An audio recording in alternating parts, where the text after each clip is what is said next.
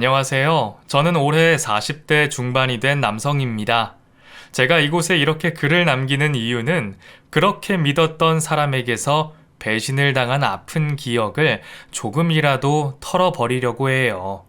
세상에 믿을 사람 하나 없다고 어떻게 제게 이런 일이 일어나게 됐는지 아직도 실감이 나지가 않네요. 그럼 제게 어떤 일이 있었는지 지금부터 시작해 보도록 하겠습니다. 저는 남부럽지 않은 가정에서 자랐어요.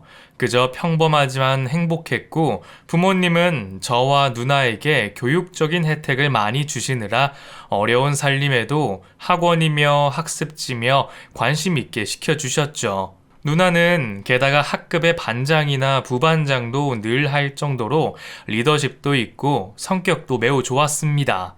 그에 반해 저는 조금 소극적이긴 했지만요. 부모님께서는 누나와 제가 성격이 바뀌었으면 더 좋았겠다는 말씀을 가끔 하시기도 하셨는데, 그래도 누나가 이끄는 대로 저는 잘 따라갔던 것 같아요. 자신의 성격이 강하긴 했지만 동생인 저를 늘 잘 챙겨주고 공부도 잘 알려줬던 누나는 언제나 저의 든든한 버팀목이었답니다. 저는 그런 부모님과 누나와 함께 행복한 나날을 보냈어요. 특별하게 힘든 일 하나 없이 부모와 누나의 그늘 밑에서 그저 주어진 일을 열심히 하면서 지냈었죠. 그래서 그런지 이상하게 좀 큰 문제가 생기면 조금 회피하려는 경향이 있었던 것 같아요. 워낙에 부모님이 다 해결을 해주셔서 그런 것 같기도 해요. 어렸을 때 학교에 다니면서 공부를 꽤 잘했던 저는 덩치가 크고 성격이 거친 친구들이 필기를 한 공책을 빌려달라는 말을 많이 했었답니다. 처음에는 그저 좋은 말로 빌려달라고 하다가 제가 머뭇거리는 행동을 하면 여지없이 큰 소리로 저를 불러서 말했죠. 야, 노트 빌려달라고. 못 들었어? 아, 그거 내가 시험 공부 중이라서 말이야. 아, 참나. 그러니까 시험 공부 나도 좀 하려고 빌려달라는 거 아니야. 내가 괜히 빌려달라고 하냐? 저번에도 네가 공책 빌려가서 늦게 주는 바람에. 그래서 뭐? 그래도 너 시험 잘 봤잖아. 친구가 빌려달라고 하는데 빌려주지 말라고 배웠냐? 너 진짜 황당하다. 그렇게 혼자만 살겠다고 그러면 기분 좋냐? 어? 그게... 그러면 너도 필기하지 그랬어. 너는 안 한 거잖아. 뭐 임마? 아유 진짜 이 조그만 게 혼날라고. 성격이 거친 친구는 필기한 노트를 빌려달라며 제게 큰 소리를 치기도 했었죠. 너무 황당하기도 하고 무섭기도 한 친구의 대응에 어쩔 수 없이 빌려주기 싫은 필기 노트를 빌려줬고 결국 공책은 시험이 임박한 바로 전날 돌려받게 됐어요. 당연히 그 과목의 공부를 거의 하지 못한지라 마음이 급했고 전날 받은 노트를 통해 거의 밤을 새워가며 공부를 했지만 양이 많았었기에 시험을 그리 잘 보지는 못했답니다. 결국 그 과목으로 인해서 전체 과목의 평균 점수가 내려가게 됐고 평소와는 다른 성적에 놀란 누나가 무슨 일이 있냐며 제게 물었어요. 아니, 너 성적이 왜 이래? 이거 네가 좋아하는 과목이잖아. 이렇게나 많이 틀릴 네가 아닌데. 아, 그게 누나 있잖아. 그래, 왜? 뭔데? 말해봐봐. 아, 진짜. 우리 반에 걔 있잖아. 제일 키 크고 몸집 큰 애. 걔가 노트를 빌려달라고 해서 빌려줬더니 시험 바로 전날에 줬어. 그래서 공부도 하나도 못하고.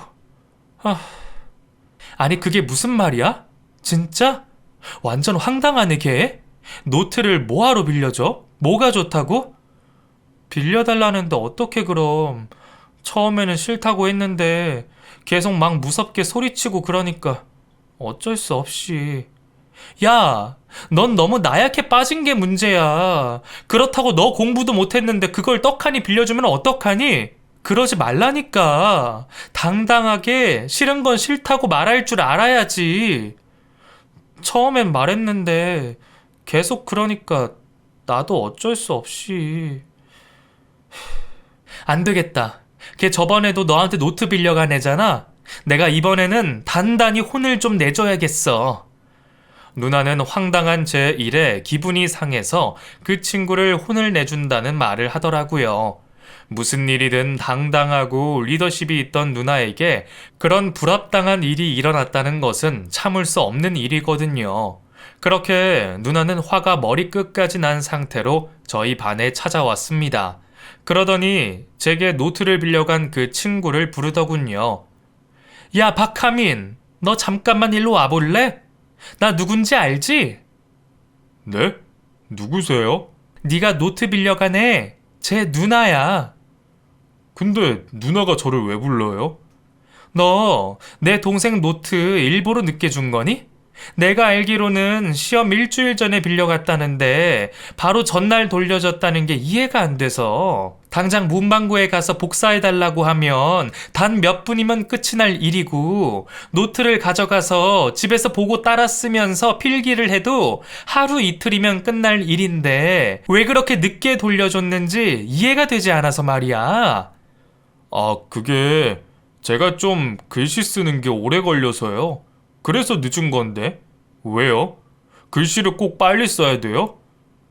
글씨를 늦게 쓰든 빨리 쓰든 그건 네 일인데 그래도 시험 전에 다른 친구 노트를 빌려 갔으면 최대한 빨리 돌려줘야지. 그게 맞는 일 아니니?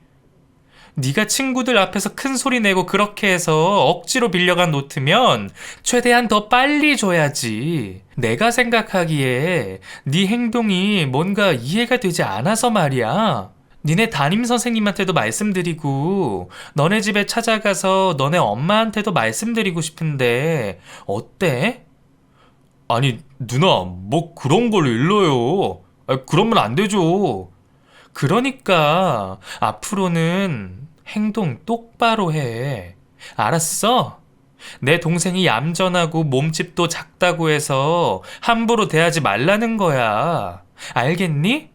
다시 한번 이런 일 있으면 내가 다 말할 테니까 그런 줄 알아. 알았어?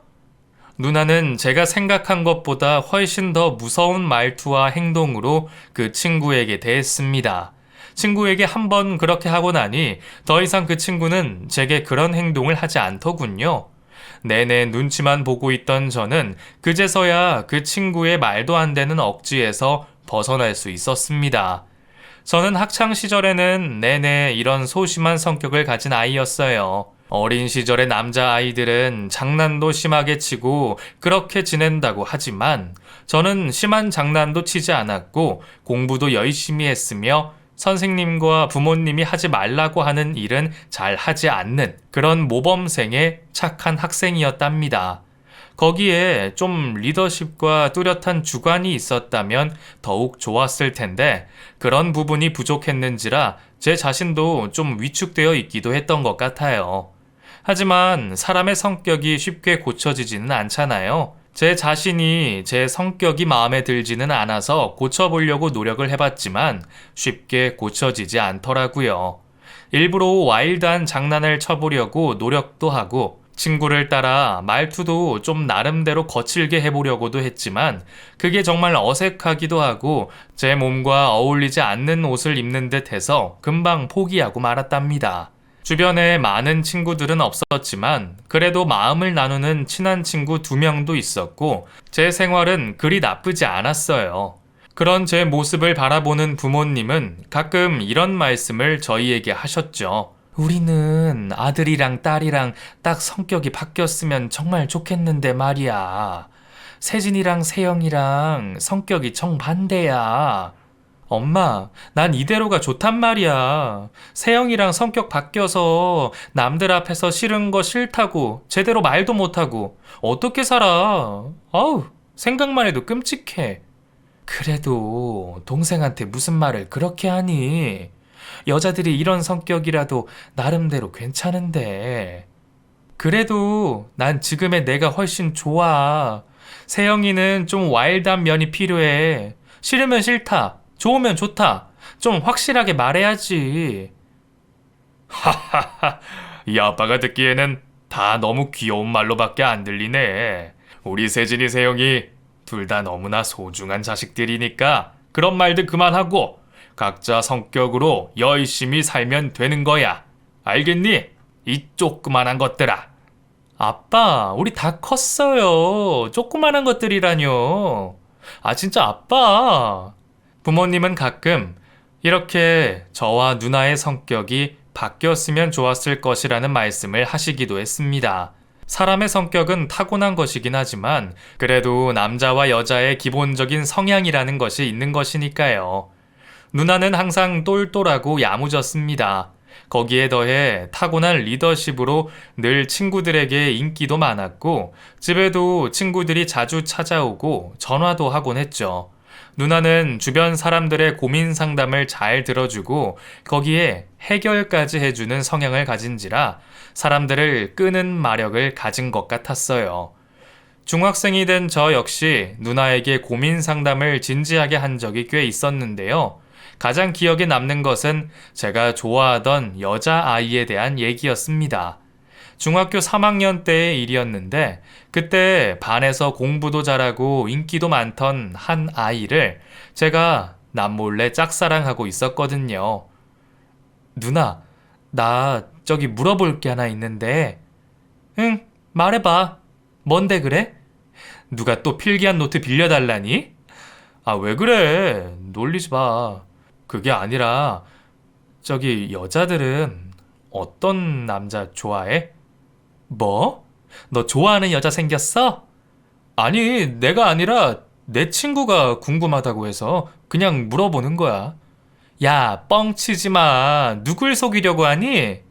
다른 사람은 몰라도 나를 속일 생각은 하지 마. 누군데 그래? 말해봐. 내가 아무한테도 얘기 안 할게. 저기, 그게 실은 있잖아. 우리 반 부반장 미연이라고. 아, 걔네 오빠 있지? 걔네 오빠 나랑 예전에 같은 반 된 적 있었어. 같은 동네 오래 사니까 웬만한 애들은 다 알지 뭐. 걔가 그렇게 마음에 들었어? 그래, 걔 예쁘고 공부도 잘하고 그런 것 같더라. 미연이가 나 같은 애 좋아할까? 그거야 모르지. 사람마다 스타일이 있는 거니까. 꼭 어떤 사람을 좋아하고 그런다기보다 좋아하는 스타일이 있으면 거기에 비슷하게 하면 좋겠지? 야, 우리 동생 다 컸네. 좋아하는 여자도 생기고 말이야. 그렇게 누나에게 같은 반 아이를 좋아한다는 고백을 했고 누나는 저 모르게 그 여자애에 대해서 물어보고 다닌 것 같더라고요. 워낙에 머한 동네에서 태어나고 자랐기 때문에 웬만한 동네 친구들은 형제 자매를 통해 건너 건너 다 알게 되거든요. 마침 그 여자아이의 오빠가 누나와 같은 반이었던 적도 있고 친한 친구들이 있었기에 건너서 정보를 알았나 봅니다. 그런데 누나의 입에서 나온 말은 꽤 충격적이었어요. 그 아이가 겉모습의 보기와는 다르게 남자친구도 여러 명 사귀었고 했다고 하는 거예요. 너 꿈 깨. 겉보기에만 얌전한 고양이인 척하고 뒤에서 남자들 몇 명이나 사귀고 그랬댄다. 뭐? 누나는 또 그걸 어떻게 알았어? 아, 그러지 마. 걔 그런 애 아니야. 어떻게 걔가 그래. 공부도 잘하고 얌전한 앤데. 공부 잘하고 얌전하다고 남자 안 만나라는 법 있냐? 말도 안 되는 얘기하고 있네. 아무튼 걔 그만 좋아해. 너랑은 안 맞는 것 같으니까. 알았지? 누나 말 들어라. 괜히 혼자 좋아하고 마음 아파하지 말고. 누나의 말에 충격을 받은 저는 그 말을 믿고 싶지 않았던 것 같아요. 그저 제대로 알지도 못하면서 하는 말이겠거니 하는 생각만 가지고 그 친구에 대한 마음을 계속 키워나가고 있었습니다. 특별한 날도 아닌데 그 친구에게 줄 초콜릿도 사고 예쁜 머리핀도 사서 건네준 적도 있었고 맛있는 빵과 우유까지 사다 주며 그 아이에게 관심을 끌려고 노력을 했죠. 하지만 얼마 후 그 아이에 대해 정확하게 알게 됐습니다. 제가 준 머리핀을 보고 친구와 함께 말하는 것을 엿들었었는데 제가 알지 못했던 그 아이의 모습이 딱 나타난 것이죠. 진짜 뭐 이딴 걸 사다 주냐? 나 정말 황당했잖아. 누가 준 건데? 그 세영이라는 애 있잖아. 쌤님같이 생긴 조그만 애. 평소엔 말도 별로 없고 조용하더니 나한테 이딴 걸 왜 줘? 취향 봐라. 어쩜 이런 촌스러운 걸 사다 주냐. 누가 한다고. 나 참 웃기지도 않아서. 우와, 역시 우리 부반장 인기 많네. 그래도 누군가 너 좋아해서 이런 것도 사다 주고 하면 좋은 거 아니냐? 나 같으면 엄청 좋겠는데. 부럽다, 야. 나는 단 한 번도 이런 거 받아본 적도 없는데. 부럽긴. 이딴 거 받아서 하고 다니지도 않을 건데 뭐가 부럽냐? 내 취향 딱 아니야. 절대로. 그리고 나 남친도 있잖아. 내 남친 이 사실 알면 세영이 가만 안 둘걸? 이 핀 너 할래? 줄게. 가져. 너 안 가지면 바로 버릴 거야. 야, 그래도 아깝게 왜 버려? 사람 성의가 있는 건데 그냥 좋게 말해도 되잖아. 됐어. 어차피 꽉 막힌 그런 범생이 애들은 내가 말을 해도 못 알아들어. 그냥 버릴 거야. 그 아이는 저를 무시하는 말을 하더니만 제가 사준 핀을 쓰레기통에 확 집어 던졌습니다.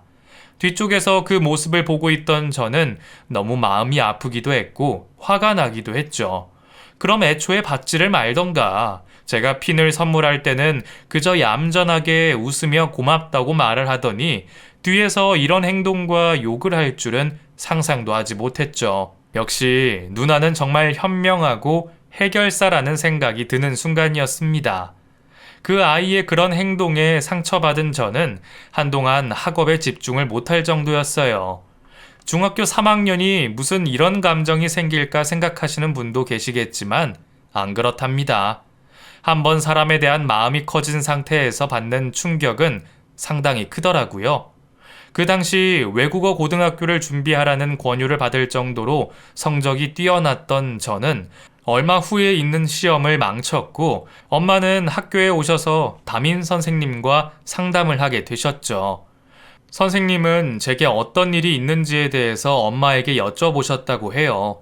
혹시나 집안 환경에 변화가 있는지에 대해서도 여쭤보셨고, 제가 공부에 집중할 수 없는 그 원인을 파악하시려 했다고 하는데, 아무것도 모르시던 엄마는 조금 어리둥절하셨다고 들었습니다. 생전 화를 별로 내지 않으시던 엄마는 그날 저녁 저와 단둘이 있던 자리에서 단호한 말투로 말씀을 하셨죠. 세영아, 엄마는 내게 단 한 번도 공부가 인생의 전부이거나 성적이 떨어진다고 화를 낸 적이 없었어.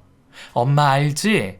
그런데 이번에는 너무 심하게 성적이 떨어졌고, 그로 인해 선생님께서 집안에 어떤 일이 있는지까지 걱정을 하시더라. 무슨 일 있는 거니? 아니에요, 엄마. 죄송해요. 제가 집중을 못하고 그냥 그래서. 죄송하라고 말한 거 아니야. 그냥 내게 어떤 일이 있는지가 궁금해서 그래. 우리 아들에게 있는 일을 엄마가 모른다는 것이 말이 되지 않잖아. 안 그래? 엄마, 앞으로 집중할게요. 제가 이번에는 조금 한눈이 팔려서 그랬어요. 이제 다 끝났으니까 정신 차릴 수 있어요. 그래, 그럼. 네가 준비가 되면 엄마에게 말해줘. 알았지? 엄마는 엄마 말고 다른 사람이 너의 변화에 먼저 눈치채는 거 서운하거든. 성적이 떨어진 것보다 그게 더 속상했어. 그러니까 앞으로는 무슨 일이 있든 엄마한테 먼저 얘기해주면 좋겠다. 네, 엄마. 꼭 그럴게요. 그 일이 있고 난 후부터 저는 더욱더 단단해진 것 같아요. 어린 시절에 가슴 아팠던 첫사랑이었지만 그걸 계기로 공부에 더욱 집중할 수 있었고 여자에 대해서는 쳐다보지도 않게 됐죠. 불행인지 다행인지 모를 그런 첫사랑이 제게서 떠나가던 순간이었습니다. 누나와 저는 열심히 공부를 한 끝에 보란듯이 좋은 대학교에 진학하게 됐어요. 부모님은 누나와 저의 대학교 진학이 가장 큰 자랑거리이자 자부심이 됐다고 하시며 많이 기뻐하셨어요. 공대에 진학한 저는 남자들만 우글거리는 대학교 생활 동안 단 한 명의 여자친구도 없이 군 생활까지 마쳤답니다. 그리고 부족한 공부가 있어 대학원에 진학했는데 어떻게 그때까지도 제대로 사귀었던 여자친구는 없었네요. 그 당시 대학원 생활을 하며 조교로 활동했었는데 같은 대학원에 다니던 과 선배가 저를 마음에 두고 있다는 것을 알아 몇 개월 정도 편하게 만난 적이 있었는데 워낙에 친하다 보니 연인이라는 감정은 생기지가 않더라고요. 외롭다면 외롭게 보낸 20대의 초중반 생활을 마치고 어엿한 직장인이 됐습니다. 누나는 어느덧 30살이 넘어 한 남자를 만나 결혼을 하게 됐고 저는 남들이 부러워할 만한 높은 연봉을 받는 회사에 취직도 하게 됐죠. 친척들과 지인들은 저희 부모님을 부러워하면서 말씀하셨죠. 우리 세진이 세영이 엄마는 정말 좋겠어. 아들, 딸 똑부러지게 농사 지어 놓으니까 뭐 앞으로 좋은 일만 있을 거야. 아이고, 부럽다, 부러워. 어머, 별 말씀을요. 감사합니다. 다 지네들이 열심히 한 몫이죠, 뭐. 형편 어려워서 제대로 많이 가르쳐 주지는 못하고 그랬는데, 기특하네요. 그래. 부모가 다 좋은 환경과 인성을 만들어 주니까 자식들이 그렇게 크는 거지. 앞으로 좋을 거야, 분명히. 이제 우리 세영이만 좋은 짝 만나서 장가 보내면 제가 한시름 놓을 것 같네요. 아이고, 세영이 같은 사위를 다들 못 봐서 안달날걸.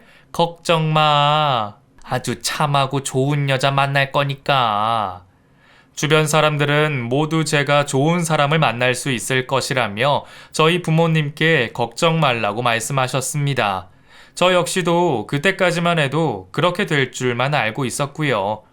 괜찮은 회사에 다니다 보니 소개팅 자리는 꽤 많이 들어오더라고요.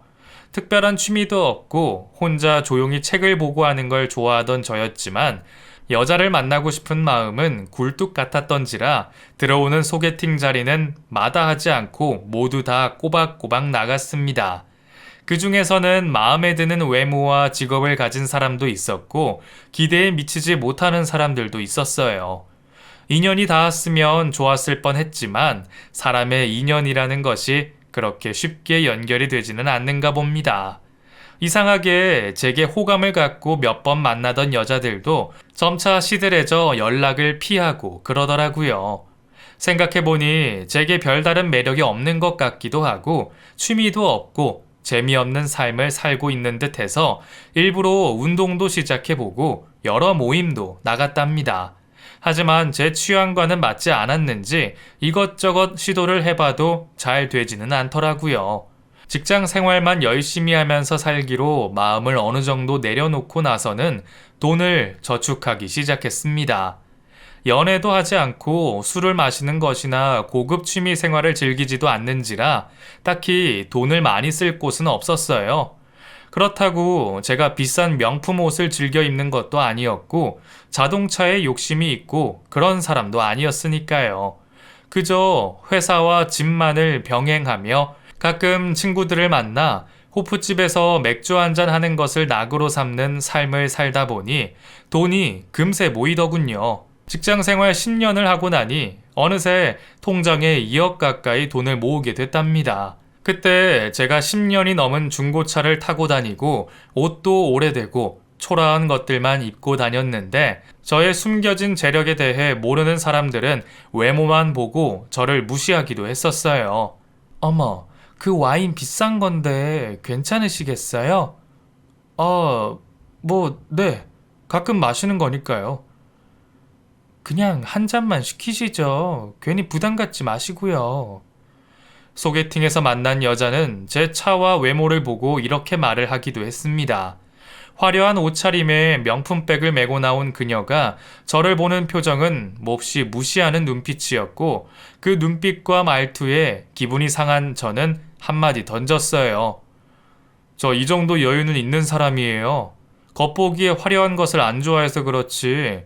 오히려 저 같은 사람이 실속 있고 알차다는 거 모르시는구나.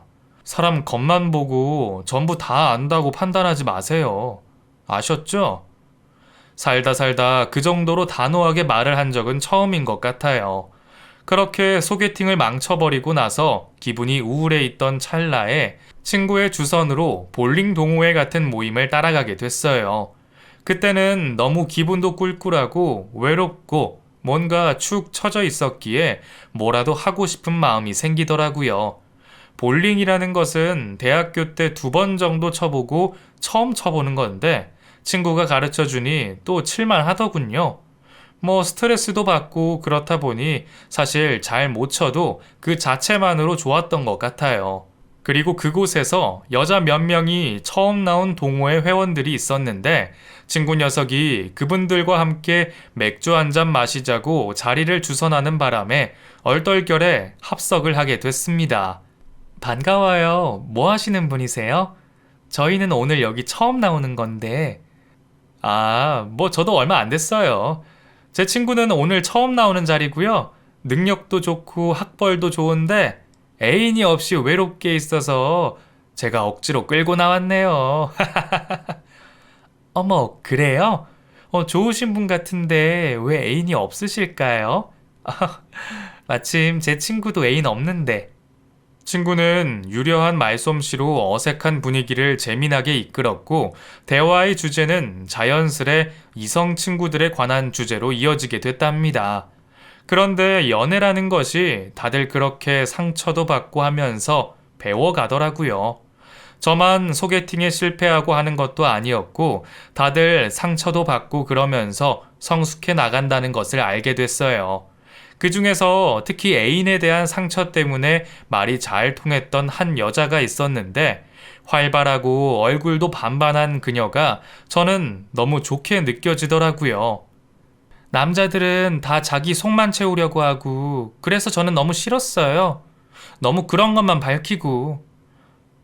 그러셨구나. 왜 그랬을까요? 남자들이라고 다 그런 건 아닌데. 제가 뭐 이상한 놈들 만난 거죠 뭐.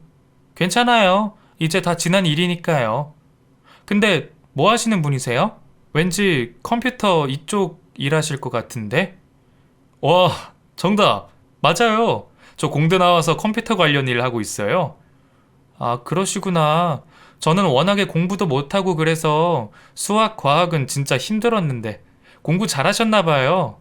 아니에요. 뭐 그렇게 잘하지는 못하고 그냥 뭐 말도 없고 친구들한테 인기도 없고 그렇다 보니까 공부만 한 거죠. 재미 하나도 없이 살았어요. 아니 왜요? 다들 이상하시네. 저는 그쪽같이 좀 조용하고 그런 스타일 좋아하는데 눈이 다들 이상하시구나. 정말요? 아, 감사해요. 이런 분 처음이네요. 활발했던 그녀는 오히려 저 같은 스타일을 좋아한다면서 말을 해줬고 저는 그 말을 들으니 왠지 그녀가 더 예뻐 보이기까지 했습니다. 하긴 30대 후반의 나이가 되어 변변한 연애 한 번을 제대로 못 해봤으니 누가 제게 조금만 관심을 갖고 얘기해주면 홀딱 빠져버릴 수밖에요. 아무튼 그때의 저는 그렇게 그녀에게 빠져버렸습니다. 서로의 연락처를 주고받은 후 끈질기게 연락을 했고 제가 싫지는 않았는지 그녀 역시 저의 연락을 잘 받아줬어요. 모아둔 돈도 꽤 있고 연봉도 많기 때문에 그녀에게 쓰는 데이트 비용은 모조리 제가 다 썼고 때때로 꽃다발이나 선물까지 해주면서 그녀의 환심을 샀습니다. 그녀는 웃음도 많고 자신도 잘 꾸밀 줄 아는 여자였는데 어린 시절 부모가 이혼해서 아빠와 단둘이 살았다고 하며 자신의 아픔에 대해서 말을 하더라고요. 저는 그 말을 들은 후부터는 더욱더 그녀에 대한 마음이 커졌어요. 왠지 안쓰럽기도 하고 불쌍하기도 하면서 지켜주고 싶은 생각이 들었다고 해야 할까요? 그렇게 그녀와의 연애를 시작하게 됐고 하나부터 열까지 모든 것을 그녀가 원하는 대로 다 해주고 싶었습니다.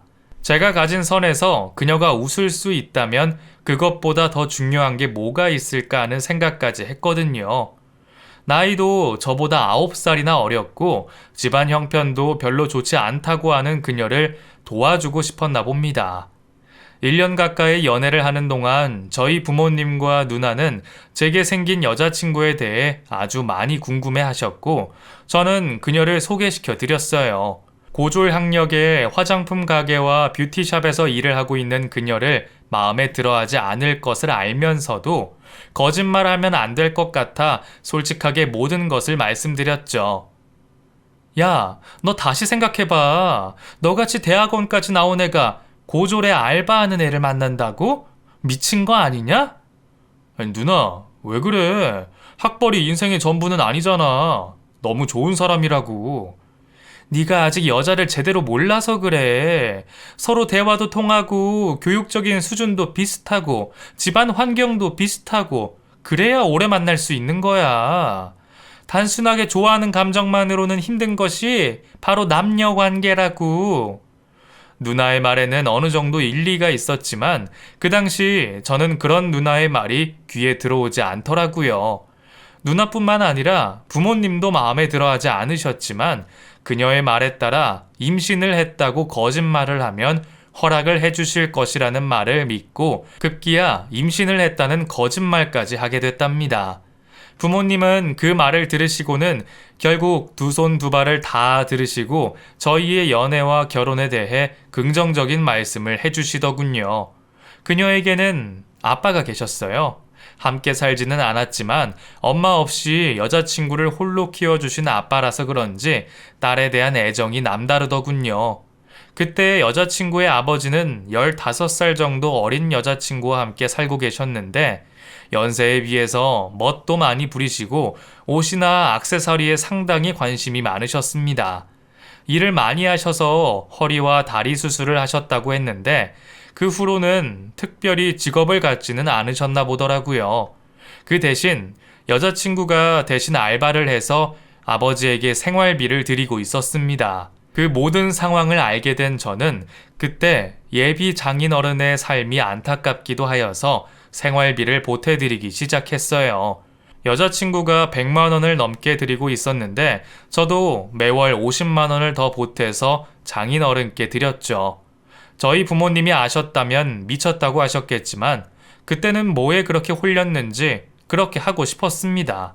그 상태로 저희는 급히 결혼을 하게 됐고 여자친구의 배가 불러오지 않자 저희 부모님과 누나는 더욱 화가 나셨어요. 아니, 너네 혹시 아이를 핑계로 거짓말 한 거니? 어? 아니, 그게요. 어머니, 제 말을 좀 들어보세요. 거짓말 할 게 따로 있지. 결국 결혼 때문에 아이를 가졌다고 거짓말 한 거 아니야? 어떻게 그런 걸로 거짓말을... 너네 마음은 알겠다만 그래도 부모 속이고 결혼을 했다는 게 너무 서운하구나. 죄송해요. 그게 정말 죄송합니다. 저희는 그저 죄송하다는 말뿐 아무 말도 할 수가 없었습니다. 아이를 금방 가지면 된다고 생각하고 그렇게 거짓말을 하게 된 건데 생각한 것처럼 쉽게 아이도 생기지 않더라고요. 급히 결혼을 했었기에 저희는 갖춰지지 않은 것들이 많았습니다. 집을 부랴부랴 구했고 가전이나 가구도 그저 번갯불에 콩 구워 먹듯이 준비를 했는데 아내가 아버지에게 생활비를 보내드리고 있는 상황이라 돈이 없었기에 그 모든 것들을 제가 다 준비하게 됐어요. 집을 얻는 것부터 시작해서 집 안을 채워 넣는 것조차 모두 다 제 돈으로 했기 때문에 모아둔 돈은 거의 바닥을 드러내더군요. 그래도 결혼해서 데이트 비용도 아낄 수 있고 둘이 열심히 벌면 또 금방 돈을 모을 수 있겠지 하고 생각을 했는데 제 생각과는 다르게 아내는 바로 집 안에 들어앉아 쉬고 싶다는 말을 했습니다.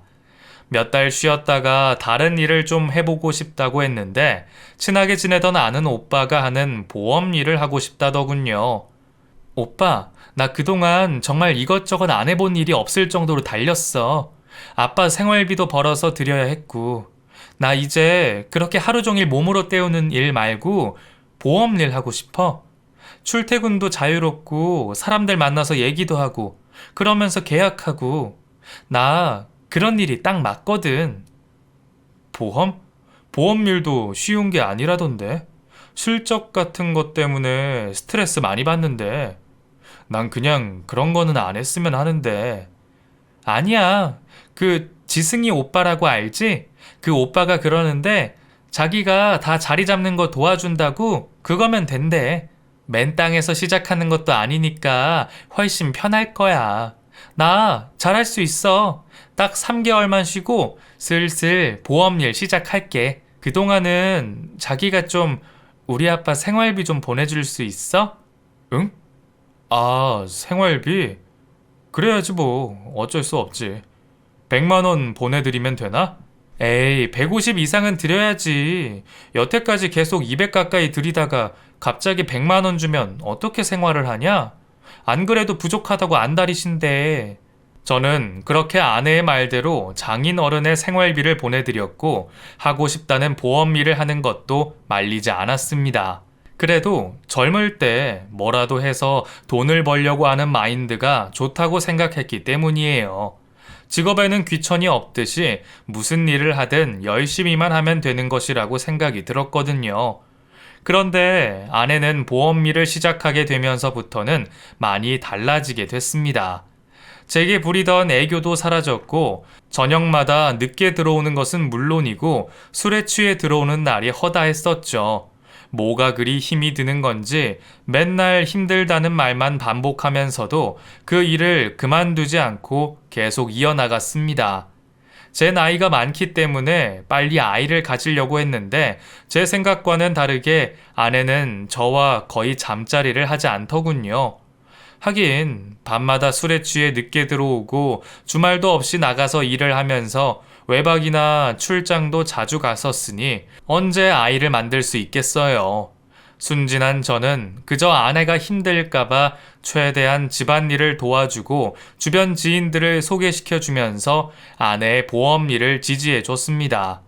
장인어른이 가끔 저희 회사에 찾아와서 생활비가 부족하다고 말을 할 때에도 군소리 없이 몇십만 원씩 드렸고 현재 살고 있는 여자 말고 다른 여자와 함께 회사에 찾아오셔도 모르는 척 눈 감아 드리기도 하고 그랬습니다.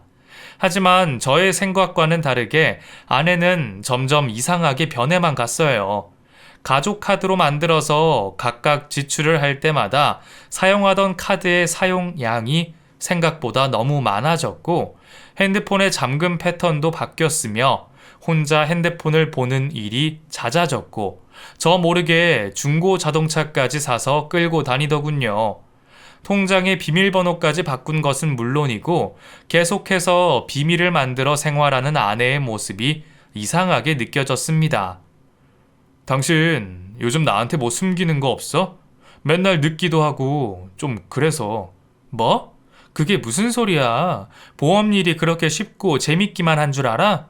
얼마나 힘든데 숨기긴 뭘 숨겨. 내가 뭘 어쨌다고. 아니, 내 말은 그런 뜻이 아니라 너무 출장도 많고 그러니까 걱정이 되고 그래서 그렇지. 아, 답답해. 공대생은 진짜 답답하고 딱 하나밖에 생각할 줄을 몰라. 뭔 소리를 하는 거야 도대체. 당신이 아는 지승이라는 오빠가 많이 도와주기로 했다며. 뭐가 그리 힘든데 잘 안 도와줘? 됐어. 쓸데없는 소리 할 거면 당장 그만둬. 아내는 저의 물음에 뭐든지 다 귀찮다는 식으로만 말을 했고 숨기는 것이 없느냐는 말에는 차마 대꾸할 가치도 없다고 딱 잘라 말을 하더군요. 저는 기분이 몹시 상했지만 그래도 아내가 얘기해 줄 것이라는 믿음을 가지고 기다리기로 했습니다. 아이까지 가졌다고 거짓말을 하고 한 결혼 생활인데 제가 아내를 계속 의심하고 안 좋게만 생각하는 것도 몹쓸 짓이라는 생각이 들었거든요. 그로부터 몇 달 후 아내는 실적이 부족하다는 말을 하면서 제 이름으로 보험을 좀 들어야 한다고 하더군요. 사망보험금이라는 것이 수당이 가장 높은 것이라면서 저를 설득하는데 시차를 두고 12개씩이나 가입을 시켜버리는데 이쪽으로는 아무것도 몰랐기에 아무 말도 할 수가 없었습니다. 보험료가 얼마인지 어떤 보장이 어떻게 되는 건지 등도 전혀 알 수 없었죠. 설명은 고사하고 그저 실적만 채우기에 저를 이용하는 부인의 모습을 보고 저는 물어봤어요. 저기 아무리 실적이 부족하다고 해도 사망보험금을 12개나 가입하는 건 좀... 뭐가 어떻다고 그래? 그냥 단순히 실적 채우는 용도라니까. 아휴, 정말 답답해. 모르면 가만히나 있으라고.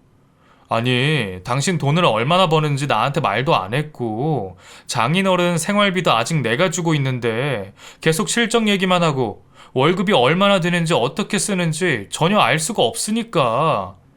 그러니까 모르면 가만히 있으라고. 내가 돈 벌어서 나 혼자 어디다 쓰는지를 알고 그러는 거야? 뼈 빠지게 벌어서 다 나중에 가정을 위해서 쓸 거니까 걱정하지 마, 이 쫌생아. 뭐? 쫌생이? 아니, 어떻게 그런 말을 해? 쫌생이라니, 내가 뭘 어쨌다고. 됐어. 답답해. 짜증나니까 더 이상 말도 하지 마. 아내는 그렇게 제가 답답하다는 식으로만 말을 하더군요. 그리고 그 이후에도 계속되어진 아내의 출장과 외박에 점점 지쳐가고 있을 때쯤 우연히 아내의 수첩을 발견하게 됐고 그 안에 메모를 본 순간 경악을 금치 못했습니다. 아내의 수첩 속에는 사망보험 12개에 대한 보험금 내역이 자세히 적혀 있었는데 그게 실적을 위해 가입한 제 보험이랑 아주 딱 맞아 떨어지더군요. 더군다나 그 안에는 자동차 사고에 대한 여러 가지 내용들이 쭉 적혀 있었는데 정말 너무나 정확하게 저의 생활 패턴이랑 딱 맞아 떨어지는 것을 확인할 수 있었습니다. 또한 운전이 미숙한 아내가 조수석만 다치는 방법 등에 대해서 아주 상세하게 메모를 해놨는데 차마 그 메모장이 저한테 발견될 것이라고는 상상도 하지 못한 것 같아요. 정말 아내는 저에 대한 나쁜 목적을 가지고 12개의 보험을 들은 건지 사람 자체가 너무 무섭게 느껴지는 순간이었어요. 저는 그 즉시 모든 사람들이 다 무서워졌고 아무도 없는 무인도로 도망치듯 여행을 떠났습니다. 일주일간 회사에 휴가를 내고 가장 빠른 비행기표를 끊어간 그곳에서 인생에 대한 여러 가지 생각을 했던 것 같아요. 짧다면 짧고 길면 긴 저의 일주일의 여행 기간 동안 5만 가지 생각을 하면서 마음의 정리를 했고 저는 여행을 마치는 날 언제나 저의 일을 해결해 주던 누나에게 전화를 걸었어요. 누나, 잘 있지? 아니, 세영아, 목소리가 왜 이래? 너 무슨 일 있는 거지? 그렇지? 그게 좀... 누나, 나 아무래도 결혼 잘못한 것 같아. 왜? 왜 그래? 도대체 무슨 일이길래 그래? 응?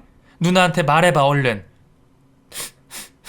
나 정말 잘못하다간 큰일 날 뻔했어. 누나 말이 맞았어. 하나부터 열까지 다. 세영아, 무슨 일인지는 모르겠지만 내가 보기에 올케는 너무 아니었어. 그런 가정에서 태어난 게 올케 잘못은 아니겠지만 올케 아버님도 그렇고 생각하는 방식의 차이도 있고 무책임하고 아무 생각 없이 그저 편한 것만 쫓고 돈만 밝히는 그런 사람은 결국 돈 때문에 사람을 버리게 되는 거야. 응? 괜찮아, 세영아. 다시 시작해. 다시 시작할 수 있어. 걱정 마. 넌 뭐든 할 수 있어. 누나, 정말 고마워. 누나는 정말 영원한 내 멘토이자 해결사야. 고마워, 정말. 고마워, 누나. 저는 그렇게 누나와의 통화에서 용기를 얻고 집으로 돌아가 아내의 뒷조사를 하기 시작했습니다. 아내 차에 있던 블랙박스와 내비게이션 등을 몰래 받고 아내가 술에 취해 잠이 든 틈을 이용해 핸드폰도 뒤져보게 됐죠. 핸드폰의 검색기를 통해 아내는 조수석에 탄 사람만 크게 다치는 법, 죽는 법 등을 검색한 내용과 타이어 펑크 나면 교통사고 크게 날 수 있는지 등도 검색한 흔적이 있더군요. 정말 열길 물속은 알아도 한길 사람 속은 모른다고 하더니 제 생의 첫사랑인 아내가 그런 사람일 것이라고는 상상도 하지 못했었네요. 아무쪼록 저는 그렇게 아내와의 이별과 보험 사기에 대한 준비를 마쳤고 보험사와 법원 등에 신고를 해서 아내를 벌하게 만들었습니다. TV나 영화에서나 나올 법한 일을 제가 직접 겪고 나니 세상에 믿을 사람은 하나도 없구나 하는 생각이 들면서 세상을 다시 한번 돌이켜보게 되더군요.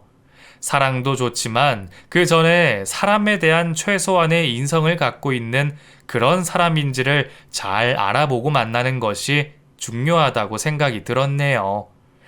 아내는 끝까지 아니라고 우겼어요. 오히려 제게 화를 내면서 소리를 쳤죠. 아이씨, 진짜 미친놈. 당신 돌았어? 정신병원이나 가봐. 뭐 눈에는 뭐만 보인다고. 이 또라이 같은 놈이 생사람을 잡아. 제발 당신 그만 좀 해. 나 이제 다 알아. 얼마나 더 나를 비참하게 만들 거야. 당신 왜 이렇게까지 변한 거야? 무슨 소리야. 너 이렇게 생사람 잡으면 내가 신고할 거야. 다 신고할 거라고. 어디서 생사람을 잡아, 이 멍청한 놈이. 네 부인을 무슨 엿먹이려고 작정했냐? 부부끼리 그럴 수가 있어? 그래, 부부. 우리 부부잖아.